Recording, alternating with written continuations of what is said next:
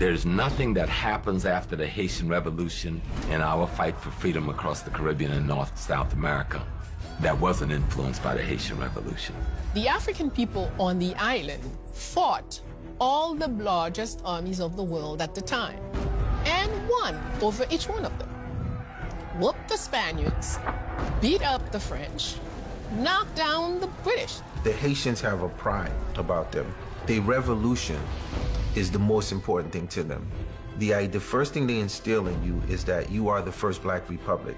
1804 becomes important because it's the date at which the implementation of the dream of real revolution and real equality and new nation status and the ability to defend your new nation is manifest. When you look at modern historians, when they talk about victories that Europeans had over non-white people, they always frame the narrative as victories. But when African people rise up and fight off their European oppressors, they frame the narrative as a massacre. Africans everywhere that were enslaved resisted it. Haiti becomes significant because it was the first time in human history that an enslaved population actually overthrew their oppressors. The Haitian Revolution, though, was the most organized, the most large-scale, the most impressive in terms of structure and complication from the very beginning.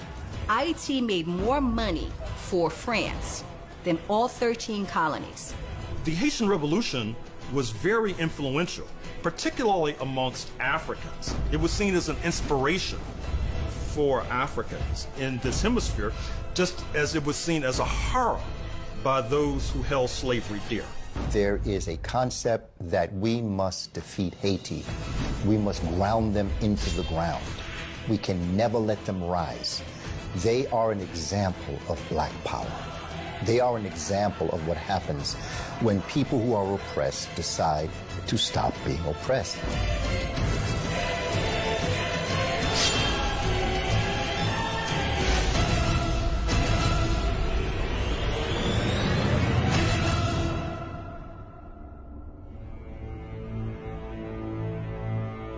The island of Hispaniola is one of the oldest islands in the Western Hemisphere. The island is very strategic because it has a lot of natural resources, it has a lot of precious metals, and a lot of the European powers were scrambling to get control of that area. Haiti is the first place that Christopher Columbus did a fort, did a settlement. So it's the first settlement in the Americas. Christopher Columbus on the west coast of Africa in 1482. He's involved with Africans on the West Coast. That is how he came to America in the first place. It was they who told him there was land to the west. In fact, in his journals, he says that he met Africans going back to Africa when he was on his way to America. What folks are doing these days shows that there were Africans on that island when Columbus got there. At least 3 different types. There were the Caracoles up in the north, Guanini, and there's another one. But you can find that in the book called The Annals of Haiti. The Spanish declared this was for them, but the French says, what do you mean this is for you? And the British said, well, how could you have it all? So right from the beginning, we had colonial wars among them on the island.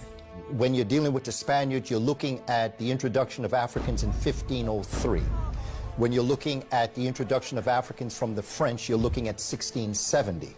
So you're looking at a wide gap between the Spaniards and the French bringing Africans onto this island.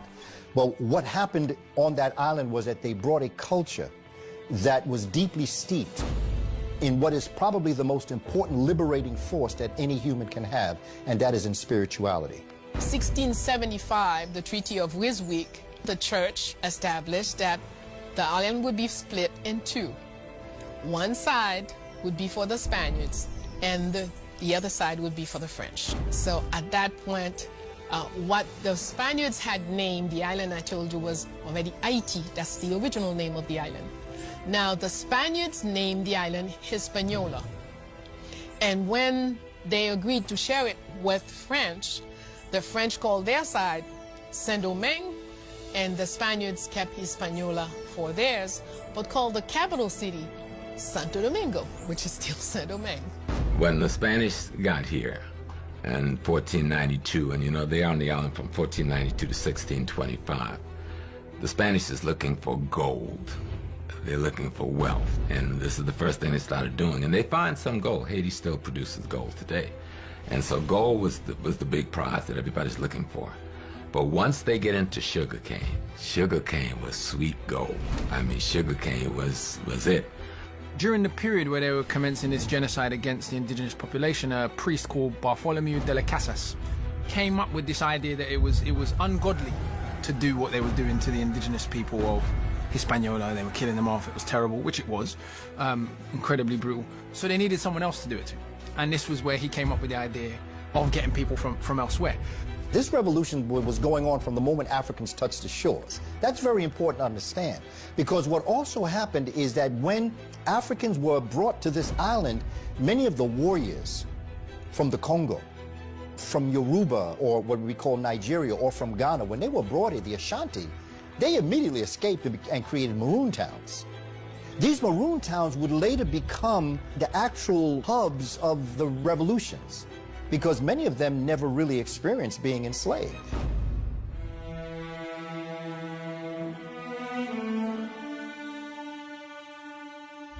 The great majority of sugar that was consumed in Europe came from that part of the world, came from that island. The coffee that went to Europe came from that island.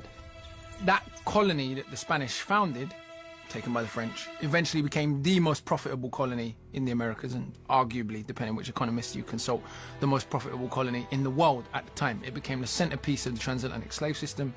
It became what gave France its supremacy over Britain in the 18th century. I mean, this island, it's impossible to overstate the economic importance of the island in the period we're talking about. It produced more profit than all of North America combined. This was a wealth that was largely borne by sugar, which was not only an item used to sweeten your tea and coffee, but it was also a marker of class. It was seen as a sign of sophistication when one used sugar. And in certain circles, it was even seen as a miracle drug of some sorts. And that helped to generate tremendous amounts of wealth on the island of Hispaniola, which is one of the reasons why the French, ultimately backed by the United States, fought so fiercely to retain that island. I mean, the life expectancy in Jamaica or Haiti, for example, was often between 3 and 7 years. So once you arrived on the island, you were worked to death on average between 3 and 7 years. I mean, it's genocide. And so that was what contributed, the type of torture. Because the white population was so much smaller than, say, on mainland America, vis-a-vis the black population, the paranoia was worse. And therefore the types of punishment, the types of torture, the extremity of the slave regime was much more severe in the Caribbean. Taking pregnant women, crucify them, split their belly open enough so they will have a game. People are gonna bet who's gonna die first, the baby or the mother. The reason why there was more rebellions in Jamaica and in the Caribbean in general is a number of factors. One, conditions were much worse. And I don't say that in any way to denigrate or downplay how brutal conditions were in America, but we can see this from the fact that the slavery was so bad in the Caribbean that the populations were not even able to reproduce themselves. So constantly new populations had to be brought from Africa. And one of the things they used to do is bury us alive on an anthill, leaving your head so that you would slowly get tortured to death by ants eating your skull. First of all, let's be clear, the rebellions against slavery started in Africa. And the rebellions against slavery in Africa are probably the most under-discussed and underrepresented element of the whole history. Everyone tells you that Africans collaborated, which is true. What they don't tell you about is those Africans that rebelled. And in fact, scholars estimate now, that it has been studied thoroughly, that the rebellions in Africa alone, of which there were hundreds, prevented perhaps 1 million people from crossing the Atlantic. And one of the ways the planters kept control of Haiti was either to rape or have a child with a black woman, and then send that child to Europe to be educated, and then bring them back, and they became the overseers. But all Africans that were enslaved understood that their natural state of being human was to be free in Africa. Those two things always went together. In the Caribbean, because there was a concentration of sugar plantations, which was the most brutal form of slavery, worse than cotton or indigo or coffee or tobacco, it was the most labor intensive. And also the number of Africans versus the number of Europeans was much higher in the Caribbean. And then you have, of course, terrain. So island like Jamaica, island like Haiti, very mountainous, lend themselves to guerrilla warfare. Then you have strange political coincidences. So like during the years preceding the Haitian Revolution, there was a civil war in Africa in the Congo. So a lot of the Africans, Congolese, that ended up being Maroons in Haiti were African war veterans. They were militarily trained personnel back in Africa.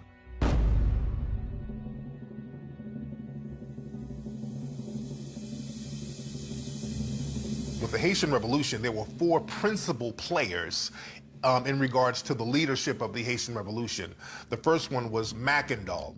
Mackandal is considered to be the precursor to the 1791 beginning, because Mackandal was an enslaved African who worked at a plantation, and then he died in 1757 or 1758, but he freed himself.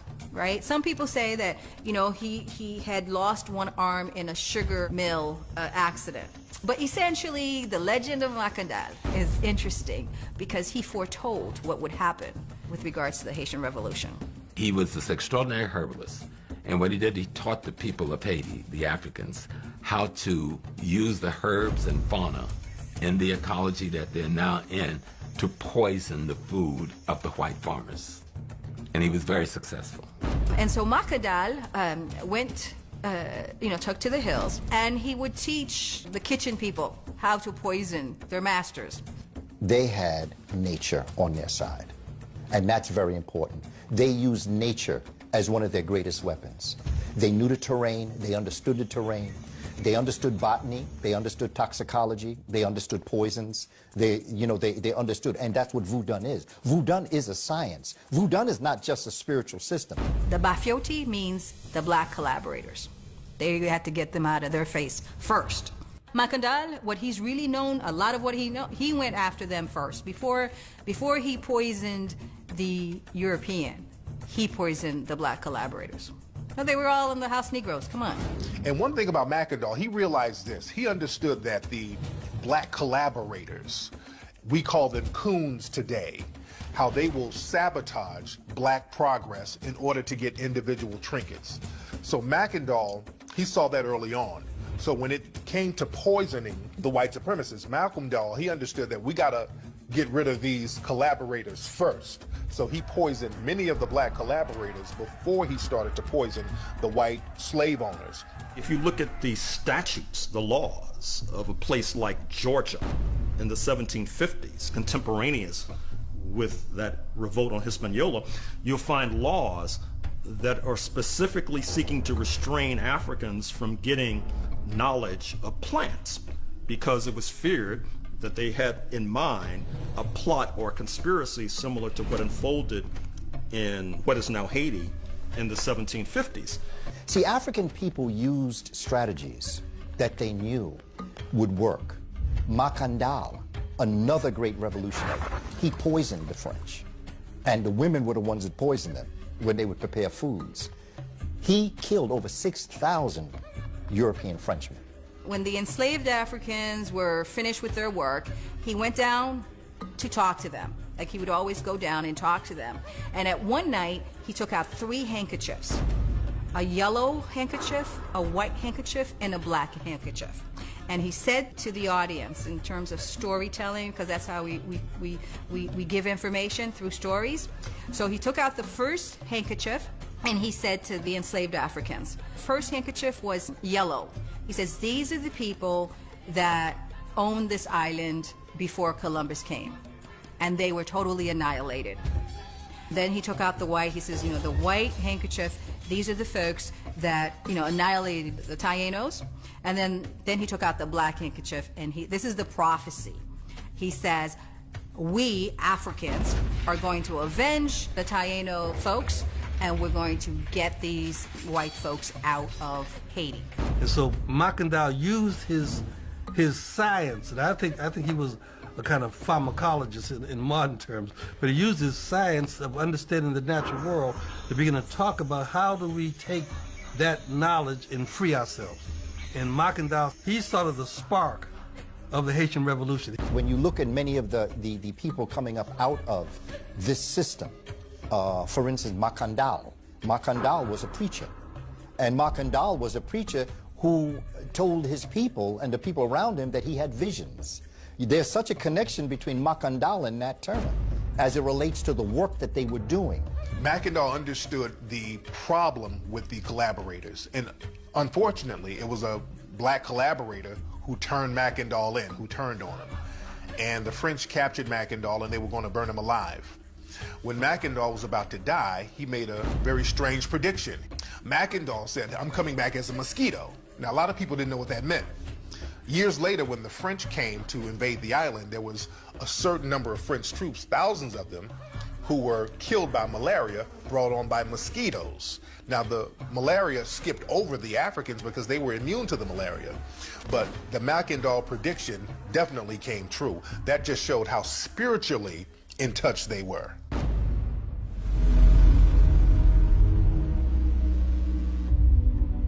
The next Haitian leader who was instrumental in the Haitian Revolution was a voodoo priest from Jamaica named Duddy Boukman.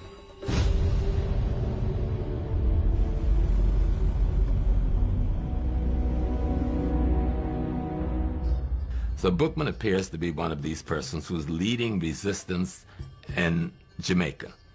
The British, not wanting to martyr him, sells him to the French in Haiti, because the French is known for breaking black folks. Jamaica was supposed to be the place where that was done, but the French is supposed to be really strategic at this and good at this. Boukman is the child of a woman whose name I don't have yet, who was a big-time revolutionary in Jamaica. And her son was sold to Saint-Domingue as punishment to the mother. So he was about 13, 14 when he was sold over here. And they seem to have been Muslims. He talks a lot about the Quran. And in fact, he's named Boukman because he had a small Quran tied to his waist. And at some point they realized that. And when he refused to give it to the colonizers and slavers, they burnt the book on him, with him. So he was all burnt up. And then to mock him, named him Boukman. Boukman and another enslaved African woman named Cecilia Fatima began the planning stages of the revolution. They went around the island and they organized a Congress to participate in the infamous Bois Cayman voodoo ceremony that occurred in an alligator swamp. Cecile Fatima had gone around for about 4 years to bring that Congress together. She had gone around the whole entire island to bring that Congress together. And as much as many people talk about that meeting in the alligator swamp, that Boukman called for the prayer, but it wasn't Boukman that called that congregation together. And it wasn't done in an instant. It was months of organizing and building up. And the person who was leading this organization was a Mambo, a female priestess by the name of Cecilia Fatima. It should not be seen as surprising that some of the leading figures of the revolutionary process were said to be either believers or practitioners of this New World belief system that we refer to as Vodun or Voodoo. I like to share with my students. Think about what mastery you must have if you decide to hold your meeting in a swamp of alligators. This kind of going so far as to take the life of your oppressor is already there. And the place where that meeting took place, the alligator swamp, that was a place the whites didn't go in because they were really alligators up in there. So very few people could go in and come out. But the black folks had a different relationship with the ecology than whites had. They mastered having this relationship. The whole concept of the Yoruba religion is to know and understand the forces of nature. When you're trying to get free, it's very important to create your own identity. When you want to oppress somebody, the thing you do, you change their name, you change their religion, you change their language. And the Haitians understood that they needed their own language. This is why they speak the French Creole. That's a form of their own language. They knew that they had to go back to their own religion, They went back to voodoo, and there were people who were Catholic, there were people who were Christian, there were people who were different religions, but they went back to voodoo, and that codified everybody. It was an African spiritual force that brought the people together. And when African people were brought together, it gave them a common goal. When they had a common goal, then they knew the common enemy, and then they would take care of their own business. And voodoo is not just a religion. I mean, Africans didn't really have religions. They had a way of life that at best you can call their sacred science in dealing with cosmology and ecology. Intentionality was to make our stuff so fearful and so evil and so scary that we run away from it, you know? And so all you gotta say is that, you know, when I was growing up, if I met a young lady and I asked her where she's from, she said she's from Louisiana, I'd be backing out. Oh, she might know voodoo. You know, she gonna put something in my soup. She gonna do some people. See, that just make us afraid of our own stuff.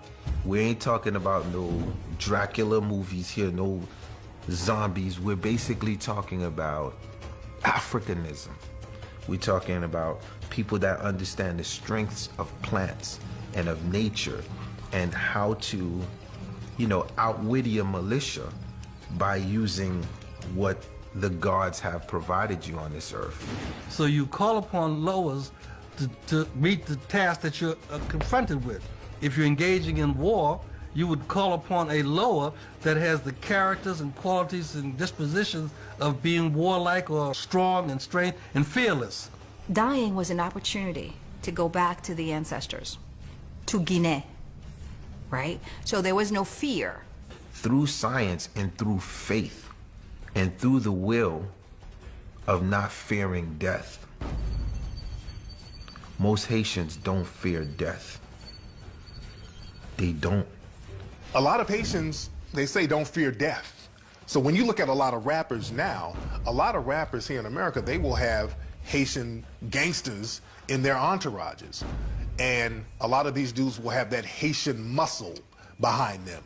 So this just shows the kind of respect and even fear that a lot of people still have for that Haitian rebel. I mean, imagine if you're not scared of death, you're not going to be a good slave. And this is one of the reasons Christianity preached that suicide is a sin. Yeah? One of the reasons that you get your reward in the afterlife, but only if you're a good slave. It really is a science of the spirit. And that this voodoo that they demonized, the demonization of it was intentional because they wanted to separate us from the very thing that gave us power. Let's be clear, a lot of African spiritual systems believed in what we call the transmigration of the soul. So they believe that the soul is eternal. This was very problematic for people you want to enslave. Again, coming back to before we even get to Haiti, in Africa itself, there are copious records among Europeans writing about slavery of Africans just jumping in the sea. I'd rather dead than be a slave.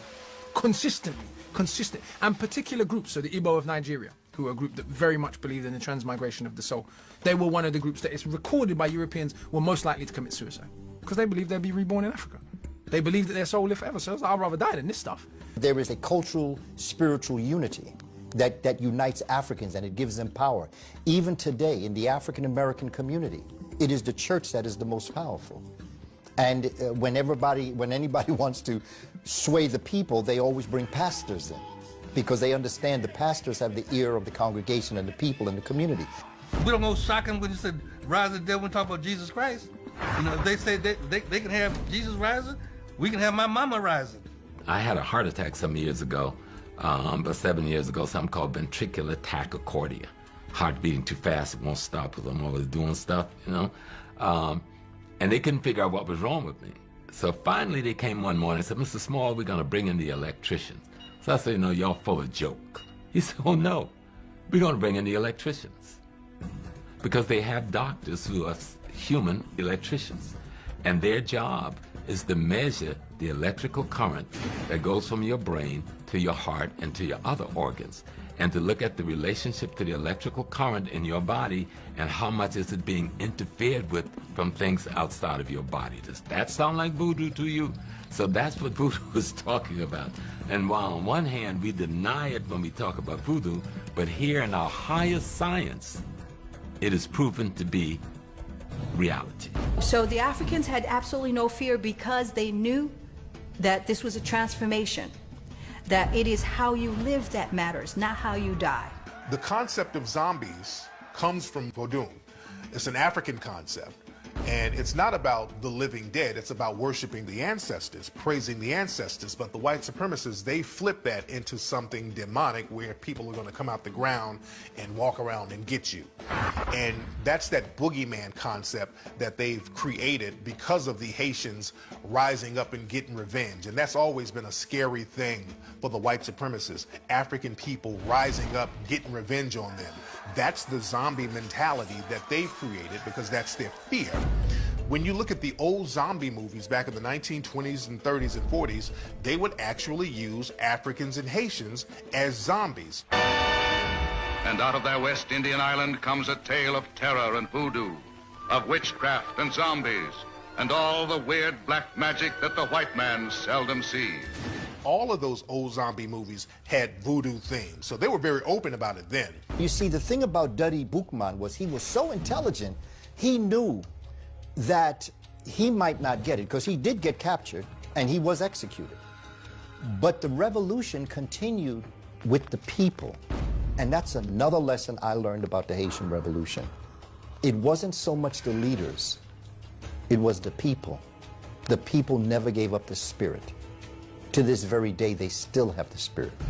Boukman is known for 3 or 4 things. Number 1 is the Boukman's prayer. You know, the God who created the earth, who created the sun that gives us light, the God that watches us from the clouds, the God that holds up the ocean. Our God has seen what the white man has done to us. Our God wants us to do good. The God of the white man wants him to do crimes. It's our God who will give us the strength and the courage to beat this white man. So now this is the man who's going to rise from this. This thing is going to rise and say to us on August 14, 1791, the God who created the world, who make the waves move in the ocean, he is your Father. He is with you and will give you his strength. But you must act and free yourself. Dutty Boukman is very intelligent. He is one of the leaders of the African people. He's very respected. And what he's going to do is he's going to devise a plan. And he is going to incorporate the ceremony of Ogun, the god of war. And he is going to assemble the forces. And he is going to instill in them a spirit of revolution. And the last sentence is a pretty long thing. And the last sentence he says, listen to the voice of freedom. It speaks in each one of your hearts. When they ask him, but who will lead us in this battle? He says, the leader is inside you. You are the general, and you are the soldier. Now get to it. He comes from the form of just total understanding of what war is. There is no conceptual framework of peace. You don't call on Ogun for peace. You don't call on him for negotiation. You call on him when everything has been done that you've tried to do. You've been as diplomatic as you possibly can. But now it's time to get busy. I have not seen anywhere where there's some text in voodoo that says, forgive and forget. Black people and African people globally, we have this Jedi mind trick that's ran on us by the white supremacists where they can mistreat, subjugate, maldistribute the resources, harm, and oppress, and then tell us we should forgive them because this passage in the Bible says so. And that's a trick that African people have been falling for a long time. And the Haitian people, they didn't fall for that. They went to their old spiritual system. They went to African spiritual systems. They went to the voodoo.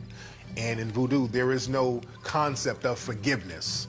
And that's the thing that scared the white supremacists. And we got to stop falling for their mind tricks when they harm and oppress us and then tell us to forgive them. We got to start thinking in terms of our African spiritual systems and in terms of survival. So we meet in those different places in the forest. And one question has to be debated. What can we do so our children and our grandchildren do not have to suffer what we're suffering here? And this is the night the decision was taken. There is no two ways. This man only understands force. So only with force can we talk back to him. And some people started saying, well, but we don't have boats, we don't have guns, we don't have this, we don't have that. And one of the answers that was given is God has never created a creature and not give you a way to fight. You sit on a stone, it is a tool while it's holding your body. But when you are attacked, you have your weapon under your butt. Use it. When it comes to guerrilla warfare, and this is what the Haitian Revolution is a lesson in, we have to understand how guerrilla warfare works. When you're going up against a superpower, you can't go head up. You have to attack the flanks. You have to attack from the back. And you have to learn how to weaponize everything. So the Haitians, they learned how to weaponize nature, weaponize rocks, weaponize trees, weaponize animals. Understand that, because when they had the first voodoo ceremony, they had that in an alligator swamp. Now, they knew that the white supremacists weren't going to no alligator swamp, but they were just so in touch with nature, they knew they needed to weaponize everything. Once you get to the point where you're going to do this, what you're actually doing is you are bringing the God of war within you. And every one of us as human beings has the God of war in us. We many times tried to keep it down. The War Council was August 14th. They decided the revolution would start a week from there. A lot of those Africans did not speak the same language. They all came from different spaces, and a lot of them didn't know how to count. When would the revolution? So each were given, this is another, I do this also, each were given 7 stones, everybody at Bois-Caïma. And then they went back to their spaces, the plantation. Every morning, they were supposed to let one go. When there was no more stones in your hand, then coupetet boulikai, burn it all down. Pat Robertson said that the devil was conjured up by the Haitians, and they had a devil-worshipping ceremony, and the devil killed all the French and killed all the whites on the island, which is a lie, by the way. They did not kill all the white people on the island. That's another big propaganda lie that they like to promote. Something happened a long time ago in Haiti, and people may not want to talk about it. They were under the heel of the French. You know, Napoleon III and whatever.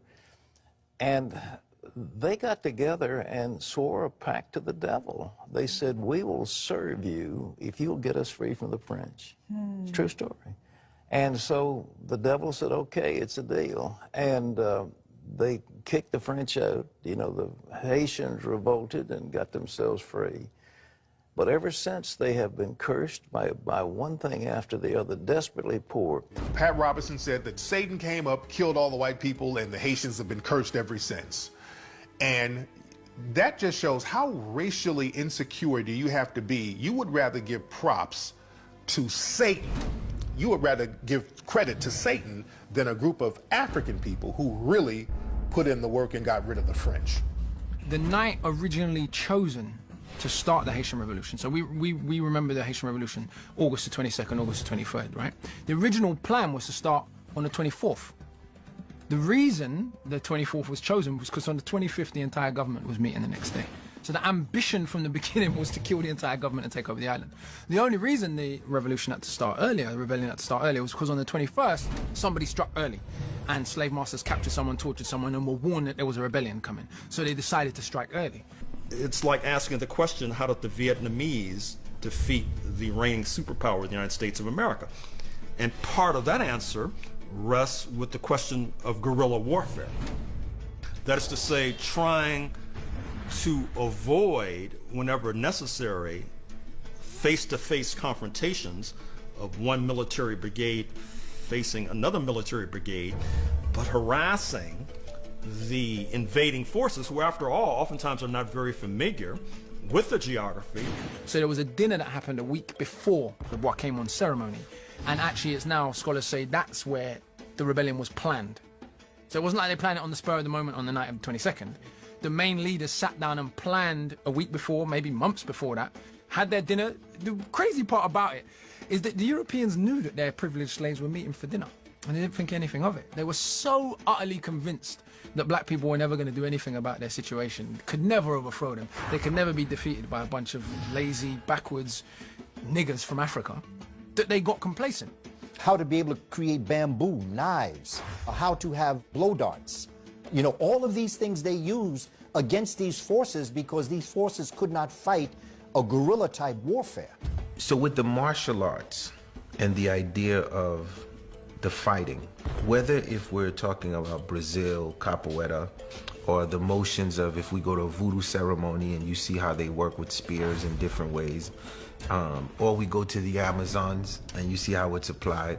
It's the philosophy, the genesis of it all is a form of worship where even if the slave master comes, it more looks like it's a celebration of parties and different things going on. So it's not intimidating.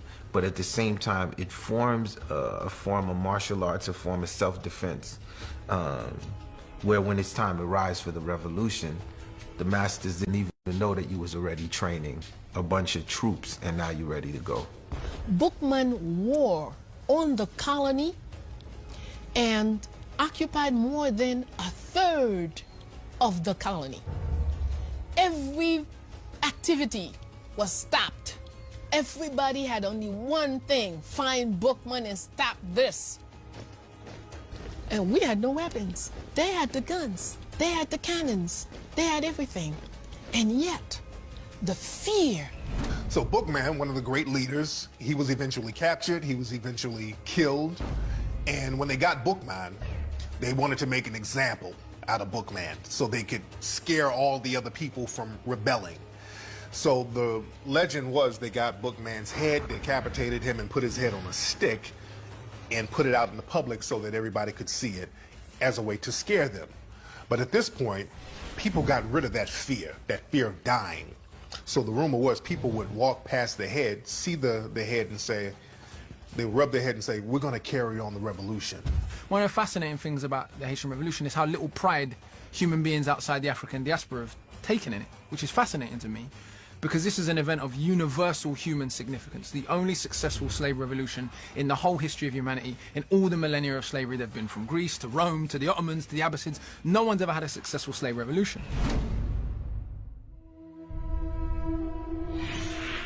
The next Haitian leader who would take the revolution to the next level was the great Toussaint Louverture.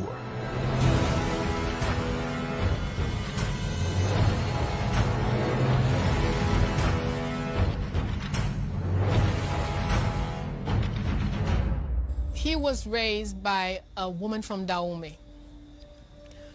A lot of our people who were born here learned to speak different African languages and got the history of the places that whoever was teaching them came from.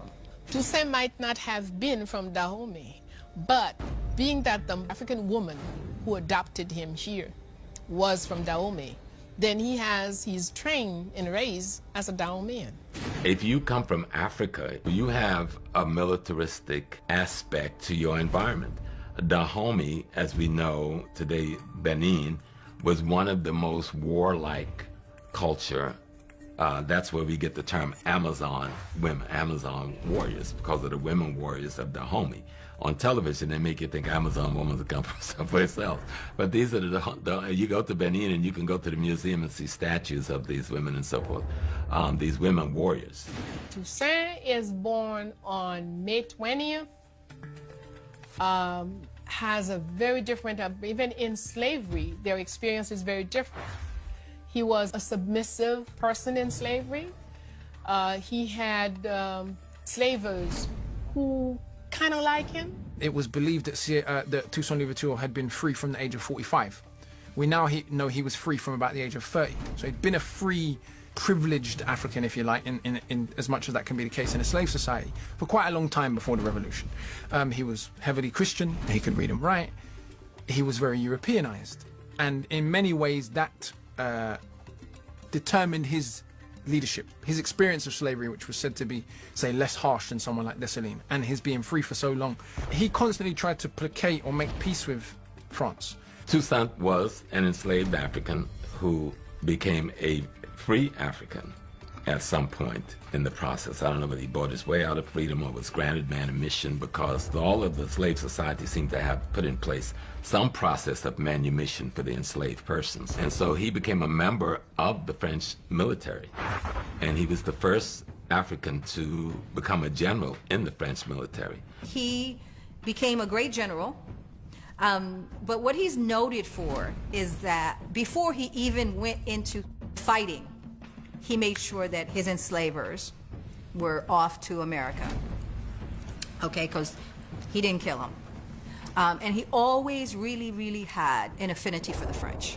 He was operating in very difficult circumstances. I mean, it's not as if black people in Haiti had natural allies in the hemisphere. They had antagonists in the hemisphere. With regard to Cuba, which was controlled by the Spanish, that was an antagonist. With regard to Jamaica, controlled by the British, that was an antagonist. Of course, the United States was not altogether friendly. And then, of course, there was the French. And so he was maneuvering, aligning with one power against another power. In 1802, Napoleon sent one of his generals, Charles Leclerc, over to Haiti so that he could try to bribe Toussaint into turning on some of the other Haitian leaders. Early on in May 1802, he's speaking to Toussaint. He sent for Toussaint. Toussaint came, and in the room there were 2 chairs, a table. On that table, 1 million francs. And he said to Toussaint, "This money is yours." And Toussaint said, "Well, what do I have to do for it?" He says, "Nothing. Just bring me Dessalines' head." Toussaint put both his arms on the money, and he says, "If it is Dessalines' head that you want, you may as well cut both my arms right now." He also develops a mindset that I'm respected as a French successful soldier. And so it was to his detriment that he thought that the military relationship that the French had for French soldiers would allow him to survive their imprisonment. And they don't apply that military standard to African peoples. Napoleon understood that Toussaint wanted to get that respect from the French. Toussaint really wanted that respect. Toussaint really wanted to be accepted by the French military. Toussaint wanted to be accepted by the French elite class. And Napoleon saw that, and Napoleon played on that. So then little by little, Toussaint became the top guy here, period. Militarily and politically. And that's when he's going to do a constitution. He's going to have a constitution written and ban slavery. Of course, that was what brought his demise too. At that point, when Napoleon received the constitution that Toussaint produced here, he is vexed to the last degree and decide that Toussaint must die. So Napoleon wrote letters to Toussaint inviting him to come over to France so they can negotiate, so they can talk. Napoleon stepped to Toussaint like, "We're the same. We're French generals. We're French military men. We're French." And Toussaint fell for that, and when Toussaint went over there, they captured him, put him in jail, and he died in jail. Now, Dessalines would not fall for that trick. He knew how brutal the white supremacists were. And of course, you know the sad story of his end, how he goes thinking that he's going to negotiate with his French antagonists, and they arrest him and bundle him off to Europe, where he dies, and where, of course, he utters the immortal words that his death will not stop the revolutionary process. And in fact, he was correct, because it's carried on. In the course of fighting Leclerc, who was the brother-in-law of Napoleon, who had come down to head one of the armies, Toussaint get captured. I think this is 1803 or 1802, 1803. And then he's taken to France, where he's really starved to death. They said he died of maybe tuberculosis. They starved him to death. And that's when Dessalines assumed the leadership of the army. At this point, the whites, who had now been given a kind of a republican freedom, wants the black folks to go back to the plantation, go back to your status quo. And Dessalines said that's not happening. So Napoleon is known for exclaiming that it wasn't so much the economic adventure. He said we have to stop the forward movement of blacks in the world. Because remember, when he got into Egypt, and Count Volney wrote his book, Ruins of Empires, telling the French and telling the world, the very same people that we are enslaving and at war with in Haiti and Martinique and St. Lucia and Tobago are the very descendants of the people who built the pyramids that we are copying all their work. Sent his brother-in-law Leclerc with the new expedition in February 1802 with a clear mission: capture the 10 black generals, send them to France. And once you do that, you could slaughter the entire population of blacks on the island. Don't worry, Africa still has plenty. We'll go back and get more. Jean-Jacques, at the end of the day, he didn't like the idea of like Toussaint going to France, you know what I mean? It was like, yo, I'm telling you, this is not gonna work out. But in the dungeon though, Toussaint always says something, and they teach us this at a young age. And these are not the exact words, but this is the meaning of it. It's basically, I'm in this dungeon, you could do whatever you want with me, but the seeds already have been planted. Rochambeau was a French military general, famous even by the standards of 18th century slavery for his incredible brutality. So when the French realized they cannot win back the island from these rebellious Africans, they decided to embark on a war of extermination. That was the official command. Just exterminate them and we'll replace them with new Africans. So to that end, Rochambeau was tasked with that extermination. When we think about people being gassed as a form of genocide, the first thing we think about is Nazi Germany. But the first gassing did not happen in Nazi Germany. The first gassing happened in Haiti because the French knew that there was natural sulfur on the island of Haiti. So they got the sulfur. When you burn sulfur, it becomes poisonous. So during the fight, the French put thousands of Africans on ships off the shore, locked them in, and burned the sulfur, and the gases and the fumes killed thousands of people.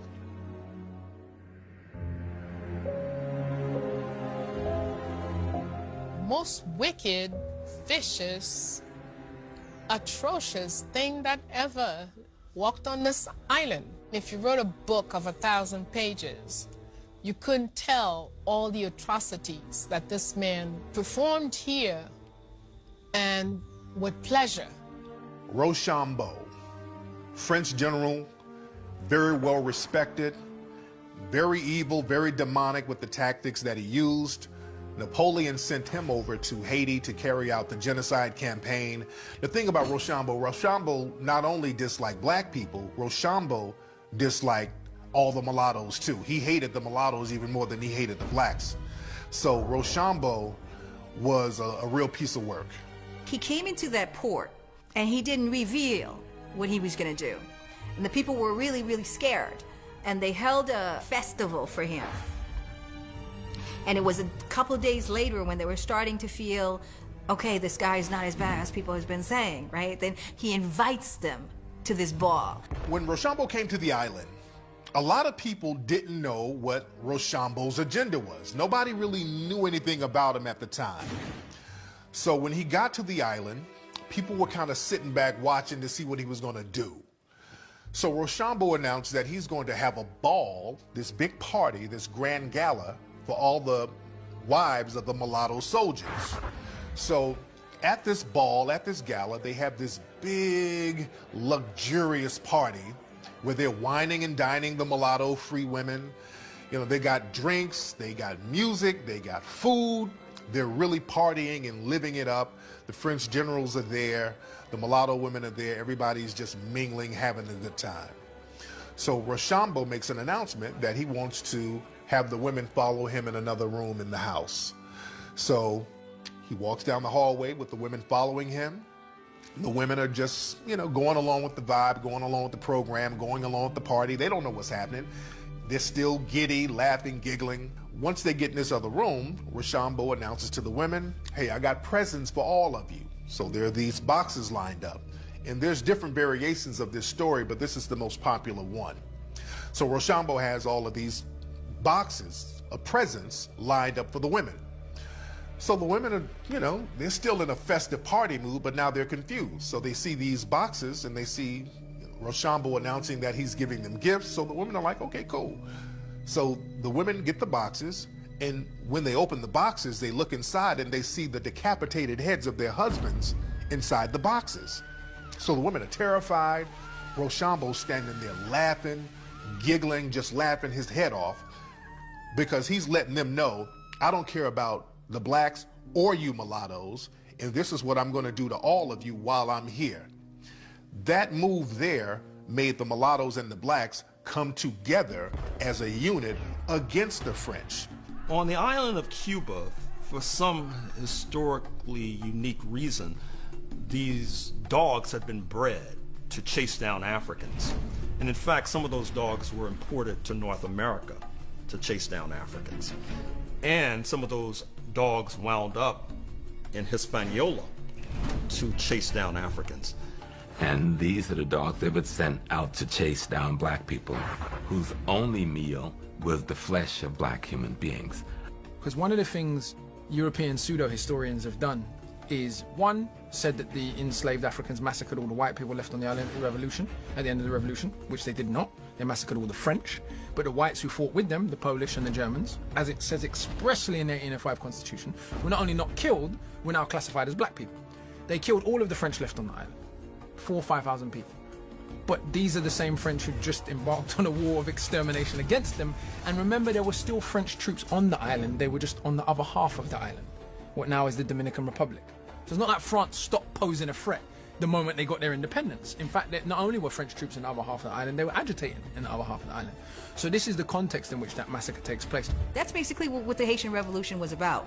Africans dying bravely, whether it was getting boiled, whether it was drowning, gassed, shot, beheaded, burnt at the stake. We had a culture where swording, fencing was a part of our culture. Lancing, using lances was a part of our culture. Going back even to South Africa with the Zulu nation, when Shaka took a long lance and created this short lance, he created both a spear and a sword. And so that's a part of African culture, going all the way back to ancient Egypt. A lot of them had military training in African traditions, people freshly arrived from Africa. And then they had the military training of fighting for their different colonial master against another colonial master. But a lot of the tactics they used were what today we'd call guerrilla warfare. They didn't fight in the way, they knew they couldn't defeat a European army of 20,000 people, 80,000 people. They've got much less sophisticated arms, they've got way more arms, etc. in a face-to-face European-style empire versus empire battle. So they used guerrilla warfare, they used raiding techniques. Primarily, what you have is the people who know their ecology. If you've been to Haiti, Haiti has a terrain of hills and mountains and plateaus, and if you are the African, you live in that every day. You plant there, you till the grounds there, you hunt there, and so you master that terrain. The sisters, in many ways, supplied the force, created the environment for the men to do what needed to be done. Sisters are very important to any revolution. In fact, ain't nobody having a revolution without women. In fact, if you think you're doing that, it's just a fight. It ain't a revolution. Sonny Belair, for instance, when they caught her, her husband was General Charles Belair, right? And he negotiated for her release. And you know, these white settlers, they never, they betray whatever. They have no honor, okay? So when he gave himself up, they took both of them, okay? So that's Sonny Belair and Charles Belair, the general. And so they sentenced her to a beheading because she was a woman, and then they sent him to get shot. And she refused. She said, I will die the honorable way with my husband. They wanted to blindfold her. And she said, no, you don't need to blindfold me because I'm a woman. When they ordered to take her head and put it under, they fought and fought with her and couldn't do it. And in the end, she gave the orders. Soldiers, position. Don't make me wait. Fire! The Haitian leaders understood that it would not be conducive to them to try to get individual gains to the detriment of the collective society. So they were smart enough to understand, I'm not going to try to get little trinkets for myself while everybody else is suffering under this oppressive system. Enough of them understood that, because in any society you're going to have collaborators, but enough of them understood that we cannot collaborate with these white supremacists because it's not going to be beneficial to us collectively. Yeah, the Haitian Revolution, the Africans are given a bad rep. These are people who were enslaved. As far as I'm concerned, if you want to own me and buy and sell my children, I'm well within my rights to do absolutely anything to get free from you. And I think all of us looking back 2 centuries hence can see that. If someone tried to sell your children, what would you do? You'd do anything you could do to stop them selling your children. And any self-respecting human would. Why should it be any different 2 centuries ago?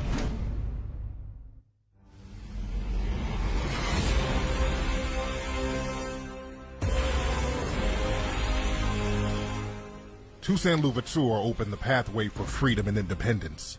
But the man who doesn't get enough credit for bringing the revolution to victory is Jean-Jacques Dessalines.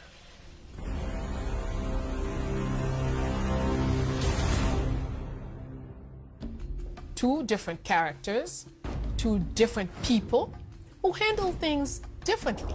2 different spirits, I would say also. Because if we take it in our own worldview, in the Vodun worldview, when you analyze Toussaint, Toussaint is a Legba. Legba is the spirit that comes to open the way and trace the road. When you analyze Dessalines, Dessalines is an Ogu. That's the one who comes to make things happen by any means necessary. But it's also really interesting how people like Jean-Jacques Dessalines become a military genius within the space of 10 or 15 years, with no formal military training in the way that we understand it. And that's one of the inexplicable things. But again, it comes down to human intelligence and the human capacity for genius and desire to be free. Dessalines is definitely not Dahomey. I am certain of it. But it is a Dahomean woman who taught him Yoruba and taught him how to fight, how to do his Tantoya, who raised him. And not just any woman, it was a military woman, because Dahomey had 2 armies, a female army and a male army, and this woman was an officer in the female army of Dahomey when she was captured and brought into slavery.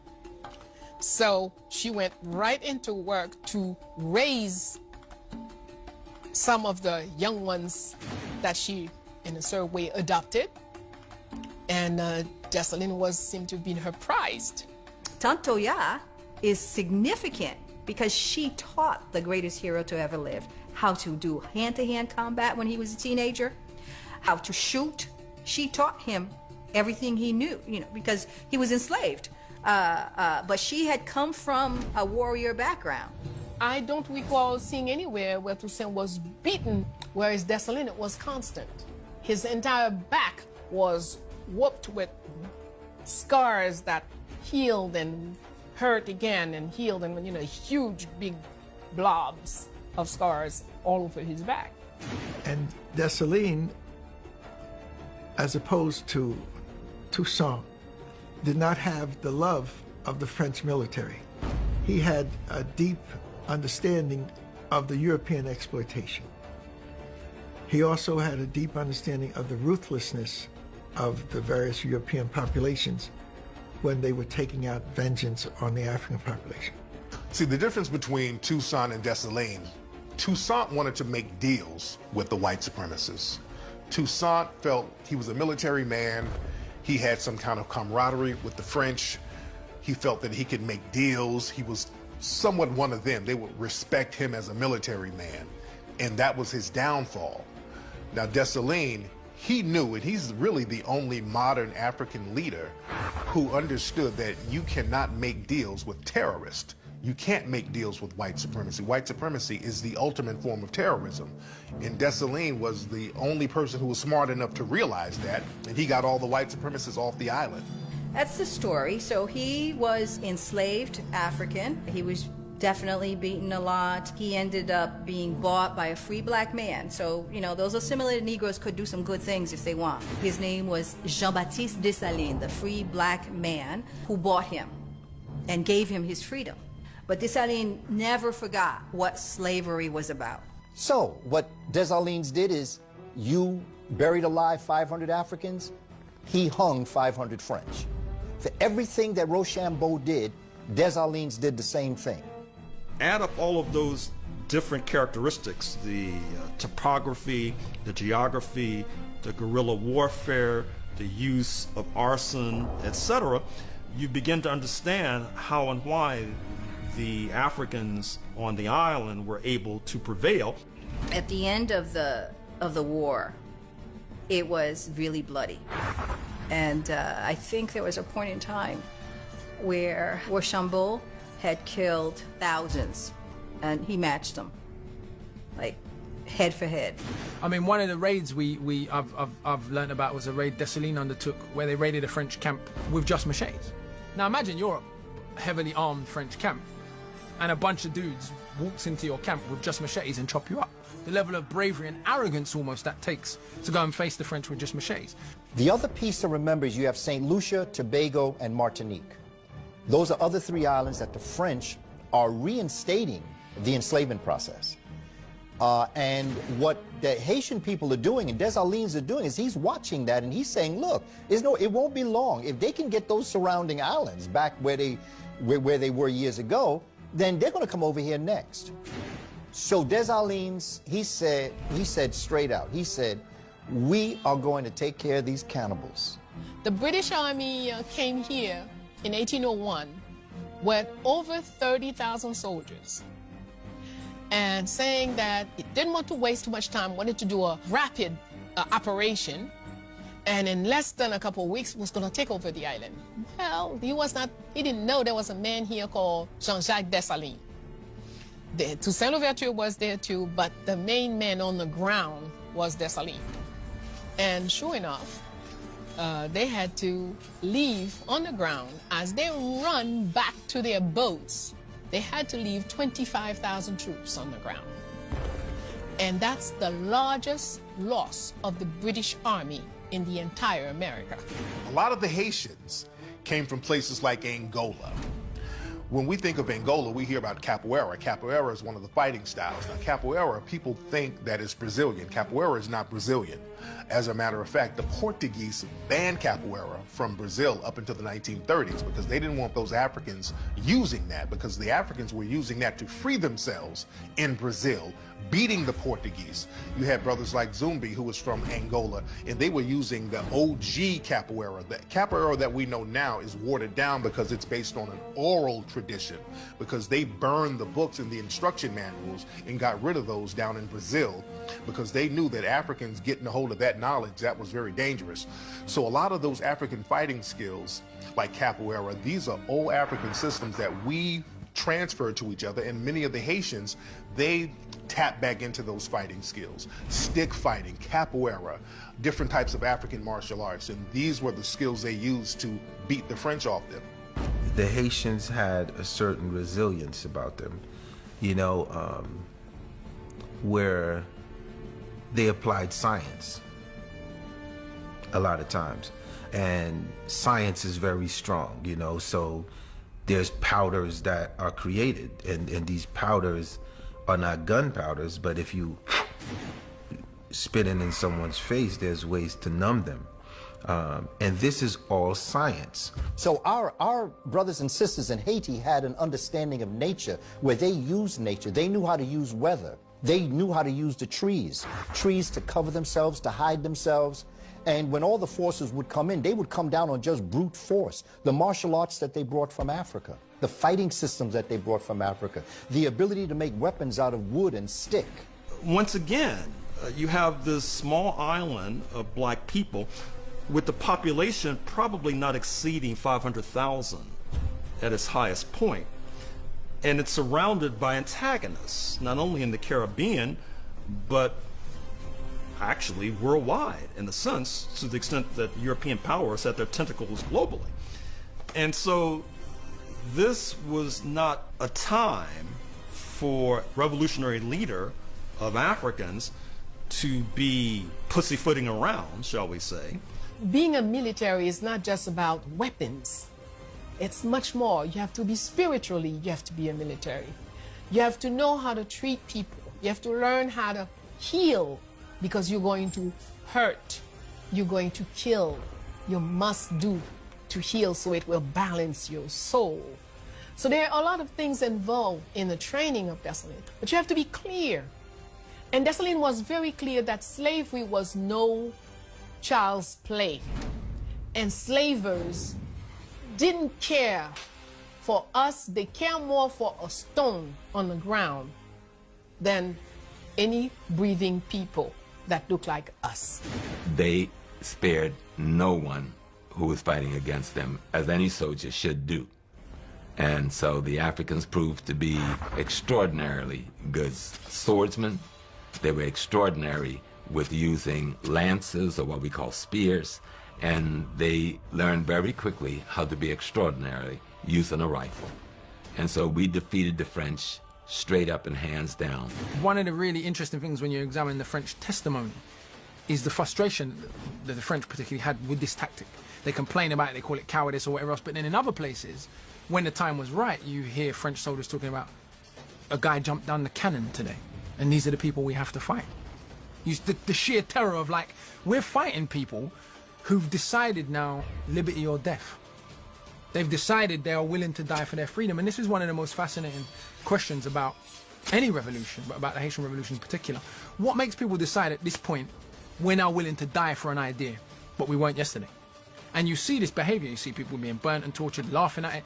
You see people recklessly risking their life. Battle of Vertier, if you look at the French testimony of that final battle, the African behavior in that battle, we would say, was so militarily reckless, i.e. they were so willing to die for their freedom, that the French stopped the battle in the middle to congratulate them and say, listen, we've never seen people die like this.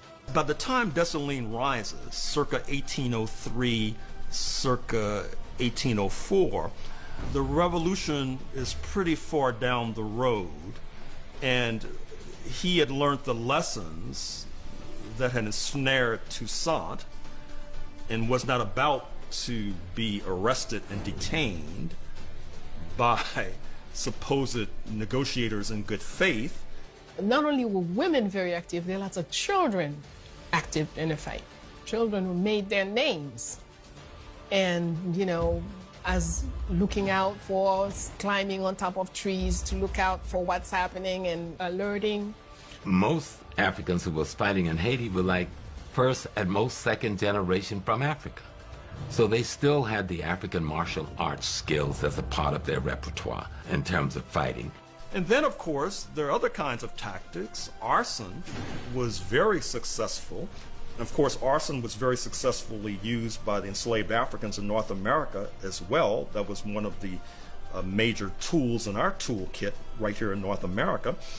And at a certain point, the European colonizers had to make a judgment as to whether or not it was worthwhile to continue to endure losses, that is to say, deaths, in trying to subdue these revolutionaries, when it's not clear that even if you did triumph, you would inherit a charred and burned landscape.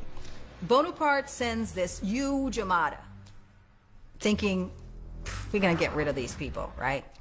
But they try to use ruse. That's the other thing. The Haitians really knew how to use ruse, right? They would do all kinds of things, like keep changing their clothes and going around to make as if they had more people than they had, stuff like that. Or, you know, the Europeans loved, you know, sleeping with black women or whatever. They never thought that these black women would go back and tell the African warriors what was going on. They used everything that was in their hands. Napoleon's campaign against the Haitians, it was a racial agenda. Napoleon specifically stated that he did not want a black republic. We cannot have a black republic. This thing was completely racial.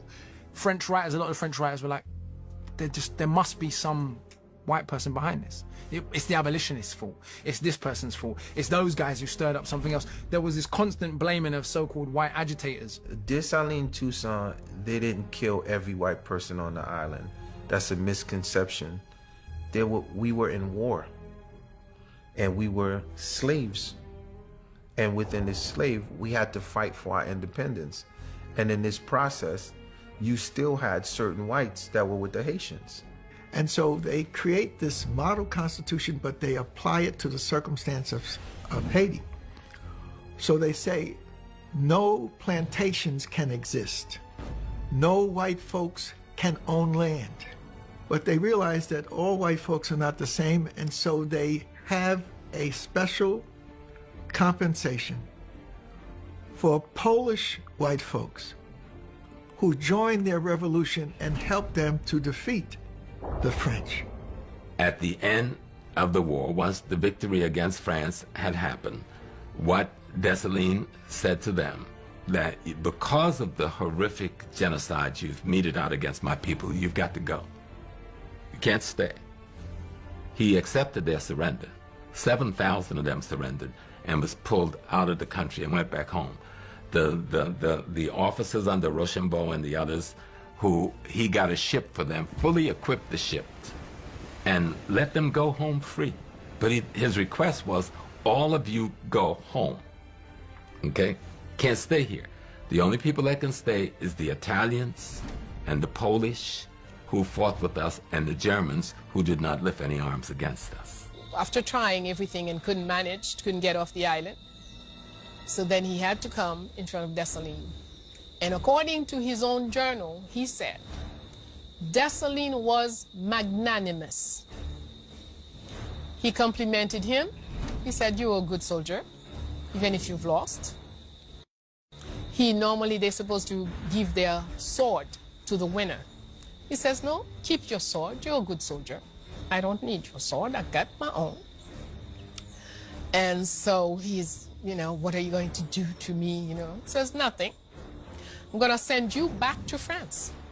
And your task will be to let them know never to set foot on this island again. What's really significant about this, Aline, is that Rochambeau told everybody, I'm going to get that Negro, I'm going to do all kinds of heinous things to him. But when the Haitians won at Vertières on November 18th, 1803, he didn't kill Rochambeau. He let him go. And I think that's really significant. And even those who got on the ship and went out with Rochambeau, you know what they did as soon as they got far out at sea?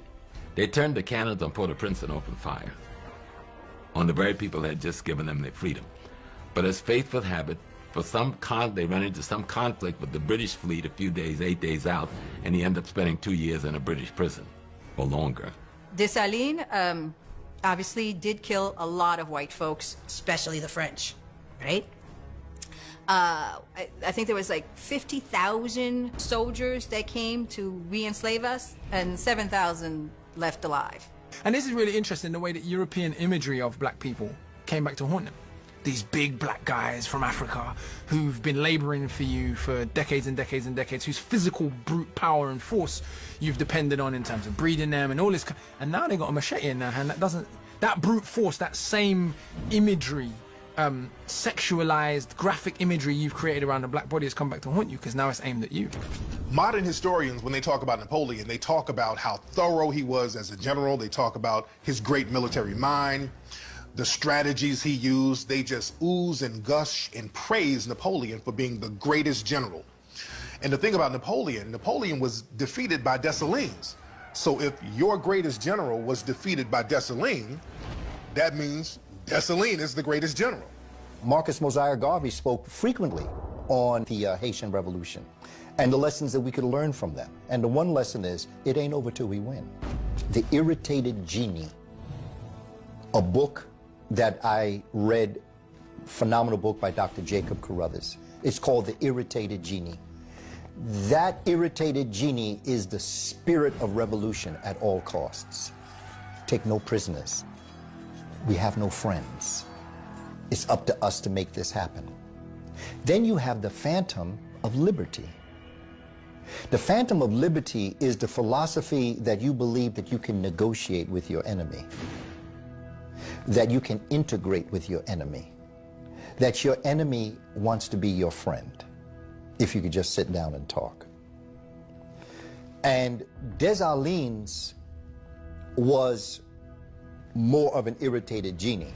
What's most fascinating about Dessalines, and probably the most under-discussed part of Dessalines' leadership, is that Dessalines attempted, long before the birth of Karl Marx, forms of proto-socialism, if you like, when he governed the island. So he attempted to nationalize all of the land that was formerly owned by the French, which was 75% of the arable land in the country, and spread it amongst the peasants. He was on record as saying, listen, we didn't win this war, i.e. we, the privileged leadership, we won the war.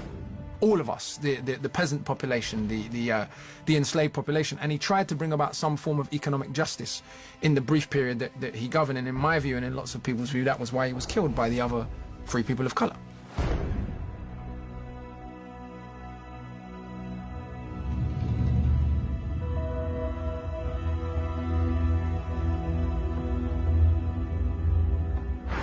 On January 1st, 1804, he declared Haiti independence. And the first sentence of our first constitution says, Haiti is independent from all powers of the universe. Haiti liberated 5 South American nations, from Venezuela, Colombia, all the way down. We liberated also the entire island, right? The Dominican Republic didn't exist. Not only did Haiti get their own freedom, and this is what was so dangerous to the white supremacists, Haiti helped other Latin American nations get rid of slavery. Like Ecuador, it stopped slavery in Ecuador. They helped them get rid of slavery. They helped Venezuela get rid of slavery. They helped the Dominican Republic get rid of slavery. So that was a big fear of all the other Western powers, that this nation of African warriors were stopping slavery all over the hemisphere. So this is why even today they have to subjugate Haiti. When Miranda came from Ecuador, he was trying to come out of slavery, and he had lots of problems. The U.S. was giving him trouble. He came here. Dessalines welcomed him. He had people wounded with him. We healed them, gave them boat, money, weapons, and sent them back to continue their work. When he asked Dessalines, but how will I repay you? He says, every time you free people out of slavery, I am repaid. The leading hero of Venezuela, Simón Bolívar, of course, received direct assistance from the Haitian revolutionaries. And of course, once again, this illustrates the debt we owe to Haiti, because part of the bargain was that the South American revolutionaries would move to abolish slavery. Sometimes that promise was kept, sometimes that promise was not kept, but that was the bargain that the Haitians tried to strike. Years immediately after the revolution start to scare the white world, and they don't know what to do with Haiti, because they're like, if this infection spreads and it's proven that black people might actually be capable of government, what happens to all of the other former slave colonies in which blacks are the majority? What happens in Brazil? What happens in Jamaica and elsewhere? So a decision was made by most governments, like America, for example, not to recognize Haiti until they eventually abolished slavery themselves. So 60 years, Haiti was not allowed to have a merchant marine to trade. And if you're a nation and you can't trade, you are impoverished. During the aftermath of the Haitian Revolution after 1804, there was a lot of sabotage by the mulatto class, because the only thing that's worse than a white supremacist is a wannabe white supremacist. And the wannabe white supremacists are the worst, because they're fighting for something that they really can't be. So they'll sabotage anything for a fantasy, and that's what they did after the Haitian Revolution. It's obvious that the Catholic Church and the French conspired to kill Dessalines, with probably the help of the Americans and the British. And so Dessalines was assassinated. He went to meet someone. No one knows who this was. They cut his body up, I was told, into 13 or 14 pieces and scattered around the island. But that's where the women come in. Again, his wife Felicite, Cecilia, and other women got together and gathered up all those pieces, put that body back together in the manner that it was done to Osiris in the myth in ancient Kemet, and they buried him. Napoleon was so powerful that he intended to take over the 13 states. He sent 2 units, one to the Louisiana Territory and one to Haiti. His intention was to attack the United States and take over. But because he had to use the units he had put into Louisiana to Haiti, when Haiti became independent, remember that trade had stopped because of the Haitian Revolution. Then Christophe took over the northern part of Haiti, while Pétion took over the southern part of Haiti. Pétion set up a sort of a republic. Christophe made himself king, or was elected king over the northern area. It is Christophe that built this extraordinary citadel, the largest such edifice in the Western Hemisphere. No one has done anything like this. But if you look at the citadel in Haiti, or Sanssouci, or any of the other military governmental fortifications built in the time, and you imagine this as a society run and governed by people who were slaves into the middle of their adult life. A citadel, a huge structure, the largest structure in the Americas, ready to house over 20,000 people. This is conceived by Dessalines and executed by Henry Christophe, who became king down the road. He built it in 11 years. No help from the World Bank, no FMI, no Friends of Haiti, nobody. Self-resources from A to Z. Is this big castle that's built on one of the highest mountains in Haiti, armed forces, cannons that are aimed at the ocean. And the idea of this was, we're not sure if the French is coming back. So we have to make sure that we know the waters, we know how they're coming, we know where they're gonna come from. Haiti was making her own money. We made our own under Christophe. We made our own gold and silver coins. Better yet, we did it so well. Colombia, Venezuela, several other countries in South America asked us to make their money for them. Yes, we were minting. You know, you had a major rebellion down in Louisiana in 1811. That was shortly after thousands of enslaved Haitians had been brought to Louisiana, because many of the white Frenchmen who didn't go back to France, over 10,000 of them fled to New Orleans. And they took with them the enslaved Africans that they had control over. And many of those slave Africans then led what was the biggest rebellion in the history of the United States. The white slave masters flee in Haiti, French ones. A lot of them go to French Louisiana, and they strengthen the slave regime in the South. They make slavery even more bedrock of Southern American culture. Remember, these are people who've seen what black revolution looks like in Haiti, and it was brutal. How are you going to get free of slavery without brutality? So they make the South of America a more concentratedly racist place. Absolutely no one recognized Haiti's independence. That was number one. And though everybody was talking about freedom, liberty, democracy, everyone has the right to be happy. Oh, but not us. I don't think they expected that the revolution would have had that kind of massive victory. And once it happened, the fear was, if we recognize, this was Thomas Jefferson who's in office at the time, if we recognize Haiti as a free republic, then what are we going to do about all of the enslaved Africans in North America?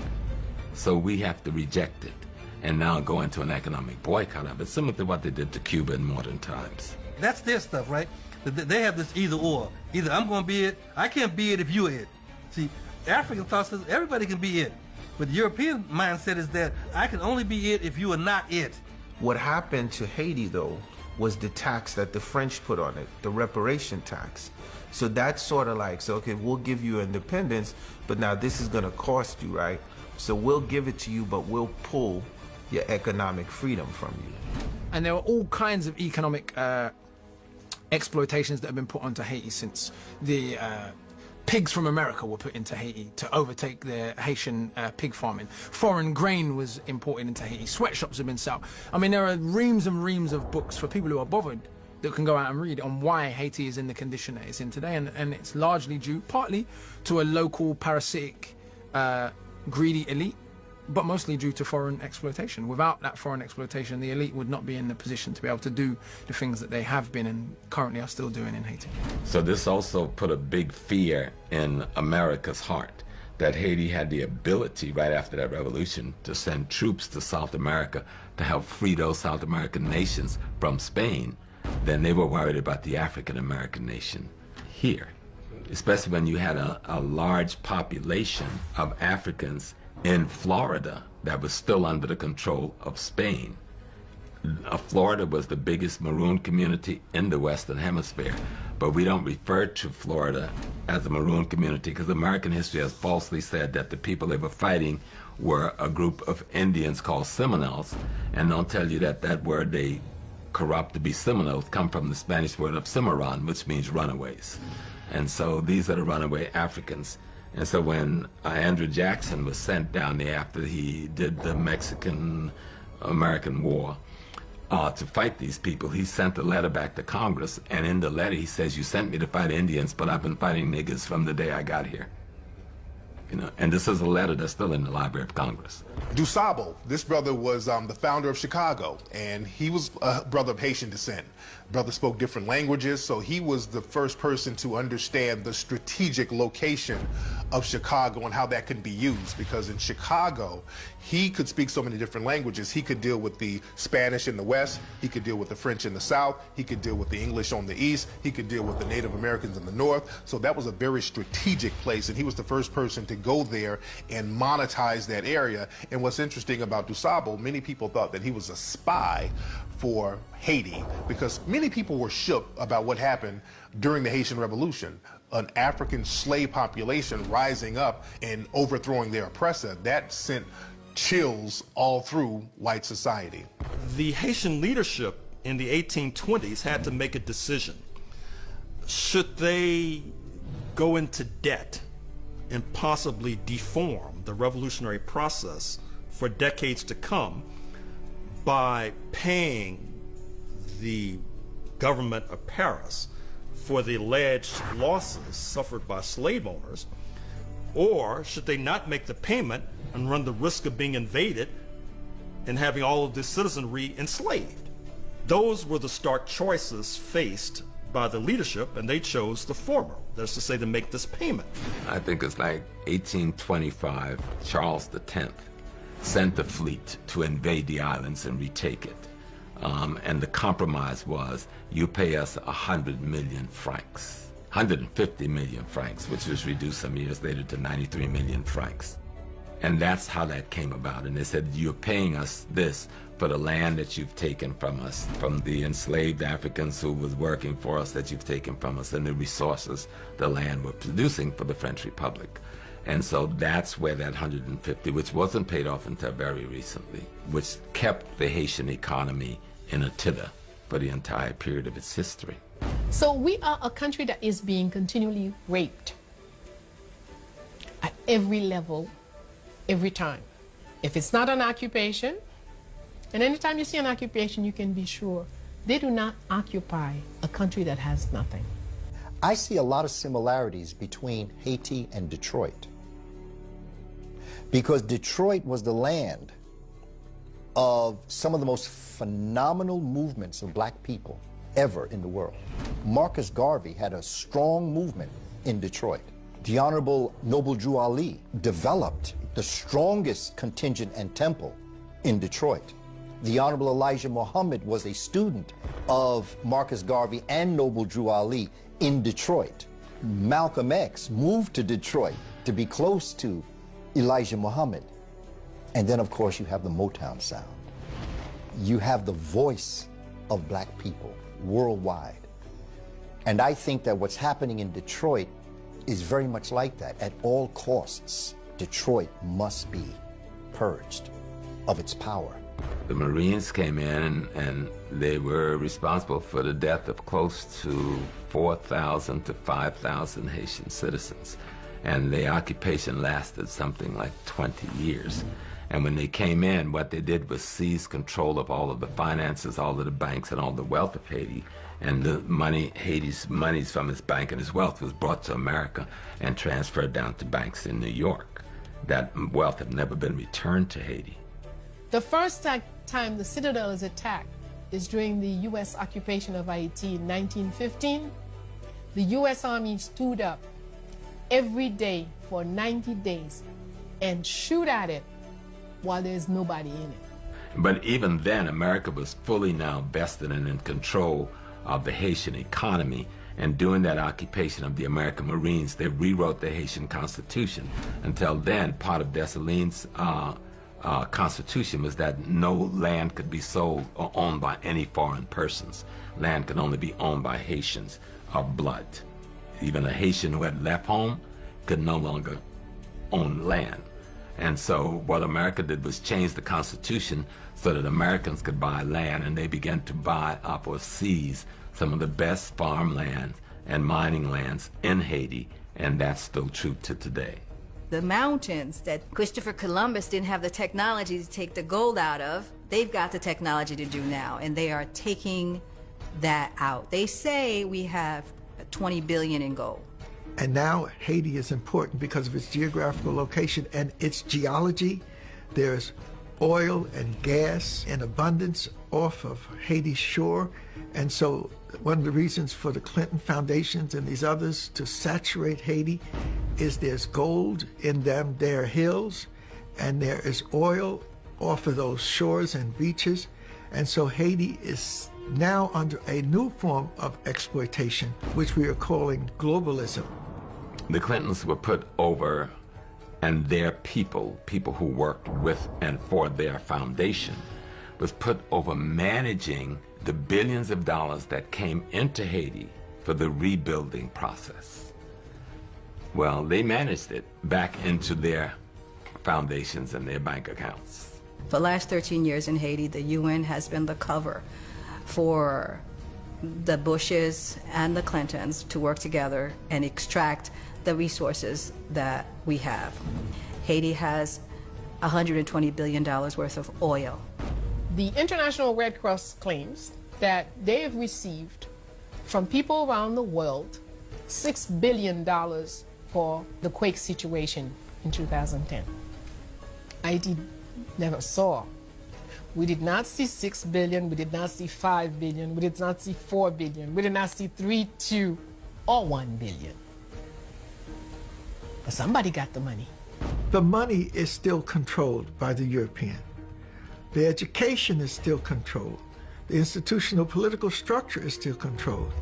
And the spiritual structure is still controlled. That you have Africans in the French-speaking areas today who are readily prepared to say, je suis français, I'm French.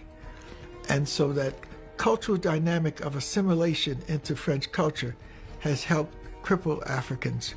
Haiti is corrupted because 80% of a population, man, is living on less than $1 a day.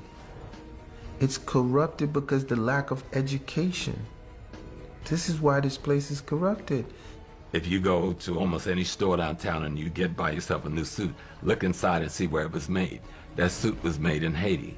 Probably for, you're paying maybe $200, it was probably made for $25. The guy who made the suit may have made $1. Okay?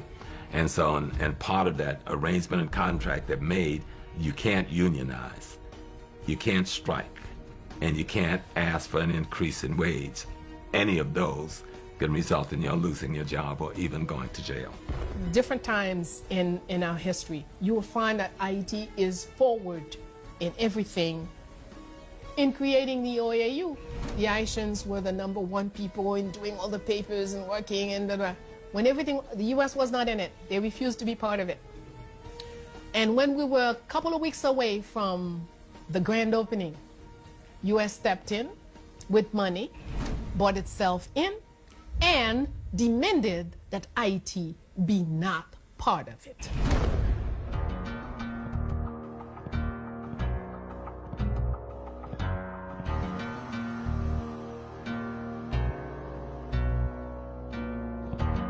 Because Wycliffe had put together a foundation that was being contributed to, and that money could not be controlled by them. That was one of the reasons, and the other reasons, they had already picked someone they wanted to put in the presidency that they can control, and they could not control the Wycliffe John. If I was a politician, I would have been the president of Haiti. But the fact that I didn't go through the proper lobbying, the proper, you got to do a deal with this person, you got to make sure you get the blessing from this person, from that person, none of that happened. So it was almost like Wyclef Jean was a wild card. And a wild card is not accepted. Which is very interesting because you have so many nonprofit organizations that rape Haiti that are white-run organizations, and they never talk about that corruption, but all of a sudden it's Wyclef and Yele, they're the most corrupt thing ever. The intimidation factor of whatever anyone was trying, it did not work, you know? And if I'm sitting here and I was to tell you that, you know, I wasn't armed up, I would be lying to you, because at the end of the day, I was in a position where I was ready to do whatever I had to do as a Haitian citizen to make sure that the power went to the right person that wasn't gonna oppress the people. There's a book called Confessions of an Economic Hitman, and the author talks about how the white supremacist Western powers will put black leaders, puppet leaders, into certain positions to do the bidding of Western powers. And when these African leaders stop doing the bidding for Western powers, they're usually assassinated. It's a white guy who wrote this book. And our brother Wyclef, big music star, the media loved him. The minute Wyclef wanted to run for president of Haiti, he's a man of the people, not corrupt, doesn't need the money. I mean, he's a very successful artist already, but he wants to do something for his people because he's from those people. The minute he wanted to run for president of Haiti, all of a sudden the media turned on Wyclef. They started putting negative stories out about our brother. They started talking about his Yele Foundation, talking about corruption. Like Yele Haiti was a patsy and a distraction for a lot of what really went down in Haiti. While everyone was trying to make Yele Haiti look like there was this big organization, you know, with the big celebrity face, like, you know, because when you hear the Red Cross, there's no face that go with it. All you see is Red Cross. You know what I mean? Like, so when you hear Wyclef, yo, that's the Yele Haiti, that's the face. And the minute Wyclef got back into the music game and just focused on music, everything was good again. So the whole Wyclef slander thing was to show him, don't step out of your place. And I don't believe any of the negative stories that they said about Wyclef. It was all propaganda, and it was propaganda for a reason, and we have to stop believing the white supremacists when they're trying to give us negative information on people within our communities. Yele Haiti was a patsy for bigger play, because now that you rarely hear anyone say anything about Yele. The minute Clef goes back and starts to play guitar, does his music, and hits the billboard again, it's almost like, okay, nigga, you back in your place. This is what you're supposed to be doing, nigga. Don't forget, you're supposed to be singing. You're supposed to be making people dance. And when it comes to this thing in politics, or trying to be careful how you gonna move, right? But what don't kill you, right? It only make you stronger. Jamaica's right next to Haiti. There were a lot of rebel leaders from Jamaica, like Bookman. He was a rebel leader in Haiti who was from Jamaica. So that spirit of revolution has always been interchangeable between the Haitians and the Jamaicans. So Garvey was definitely influenced by the Haitian Revolution and Dessalines. When you look at pictures of Marcus Garvey, many people will suggest that he's dressed like Dessalines. And Marcus Garvey has influenced so many movements that are modern now. He influenced the Nation of Islam. He influenced the Moorish Science Temple. He influenced Malcolm X. Malcolm X's father was a Garveyite. Ho Chi Minh, the leader of Vietnam, was a Garveyite. He studied at the feet of Marcus Garvey when Ho Chi Minh was in Harlem. And this is why Vietnam was able to use that spirit of revolution to fight off the European powers and remain independent on their own. They got that spirit through Garvey, who got that spirit through Dessalines, who got that spirit through the Haitian Revolution.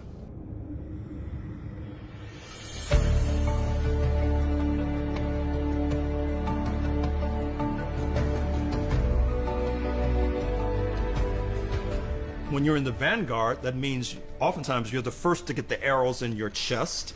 You're the first to be wounded and the first to bleed profusely.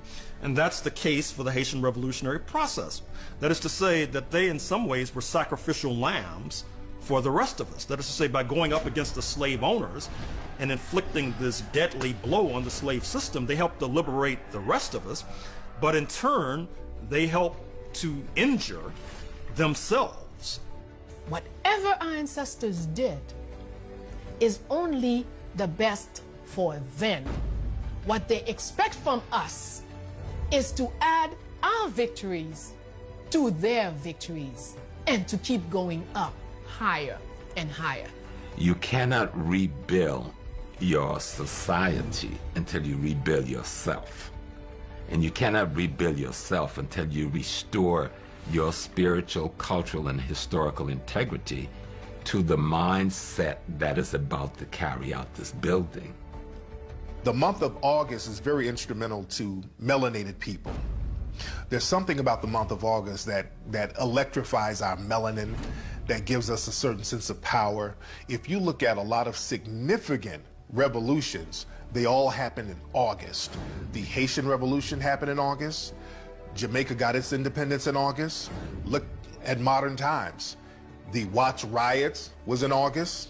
Let's get even more modern. The Ferguson uprising was in August. I think Garvey's birthday is in August. So there's a lot of significant things that happen in the month of August as it relates to melanated people. And the Haitian Revolution was one of those things. So we Haitians need a new movement.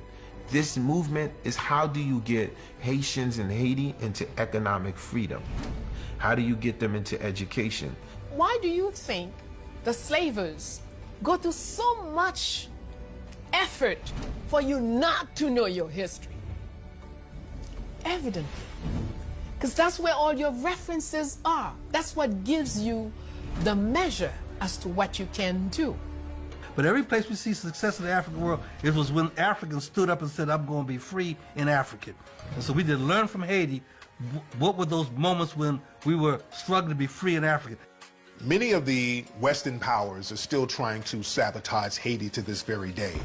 Recently, the UN had to apologize for putting cholera in the water over there. People are sending plastic rice over there to the people. They're sending plastic chicken. They're sabotaging the economy. And the fact that they have to make such a collaborative effort to sabotage the small island of African people, that just shows the innate power that the Haitians have. The French Revolution was incredibly brutal, yet it's treated with respect in historiography as producing ideas that were influential for humanity. The Chinese Revolution, the Russian Revolution, similar, all treated with respect. The Haitian Revolution, until very recently, I would argue the tide is changing, has been treated like some, just niggas in the Caribbean rebelling, when actually it is arguably the greatest challenge to the dominant global order, as I can't remember which scholar said that, in the entire last 200 years. It's about capturing the light from what happened in the past, because that is the light that allows you to understand the present. And it is the same light that will show you the fastest and best way to a better tomorrow. And if there is a nation that will rise through their character, it's going to be Haiti. These are a people who are experiencing something that they should not have to go through. But they're experiencing it, they're doing it with dignity and respect, and they're doing it showing us, all over the world, how people, in no matter what condition you're in, it ain't over till you win. So the importance that what is good for the collective is the priority. It's not the individual. Individuals can come and go, but we must worry that either on the way we come or the way we go, we don't damage the collective. During the revolution, enough people understood that rugged individualism, that one or two people getting little Negro trinkets from the white supremacists, it's just not worth sabotaging the collective efforts of the entire population. And they were smart enough to understand that, and I wish we are smart enough to understand that now. So I think visiting Haiti, going and seeing our brothers and sisters on the ground, interacting there with community, all of these things are things that the global African diaspora and anyone interested in justice could and should be doing in terms of resurrecting an island that made an incomparable contribution to the modern world. When we look at coverage of Haiti today, the Western media will try to scare us, black people, from going to Haiti. We're always told, don't go to Haiti, it's dangerous. When you get off the plane, you're going to get kidnapped.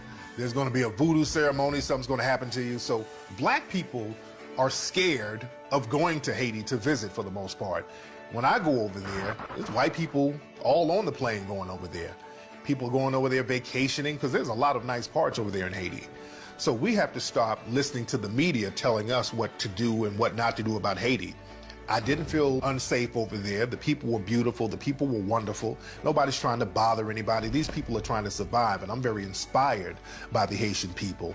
We need to mobilize our forces as best we can to link up with Haiti. And one of the things that we could do to contribute to that is to encourage Haitians out of Haiti to Africanize. When I look at Haiti, I look at a people with a spirit, with a power, with a spiritual system that will never disable them. The God that they pray to will always look out for them. And sometimes you got to go through that to get where you need to get. I think that with this current Trump administration, this spells ill for the future of black people in the immediate sense in North America. And that as we try to help the Haitians, we should realize that we're also helping ourselves, because we, black Americans, need a global approach to our problems. And to reach out to community-based organizations of Haitian descent that are assisting their people in any way that they possibly can, that can get it directly to the people and begin to develop those types of relationships. The fortunate aspect of this Trump administration is that he is creating antagonists all over the world, not least south of the border of Mexico. I continue to be baffled and befuddled by the fact that black Americans have not been sending delegations and pilgrimages to Mexico City to forge alliances there, which in turn could be leveraged on behalf of our brothers and sisters in Haiti. I don't think it takes an oracle or a genius to figure out what needs to be done. I just think it requires courage. My experiences with people from Haiti or Haiti, whether they are here or whether they are in Haiti, is that there is a resilience. There's a great dignity and a great pride in them. And I remember I've spoken to them before, and their power, their internal power, the power from within, their ability to commune, that idea of staying together and sticking together and looking out for each other is very powerful. And I think that people, they're misunderstanding them if they don't think that Haiti can rise.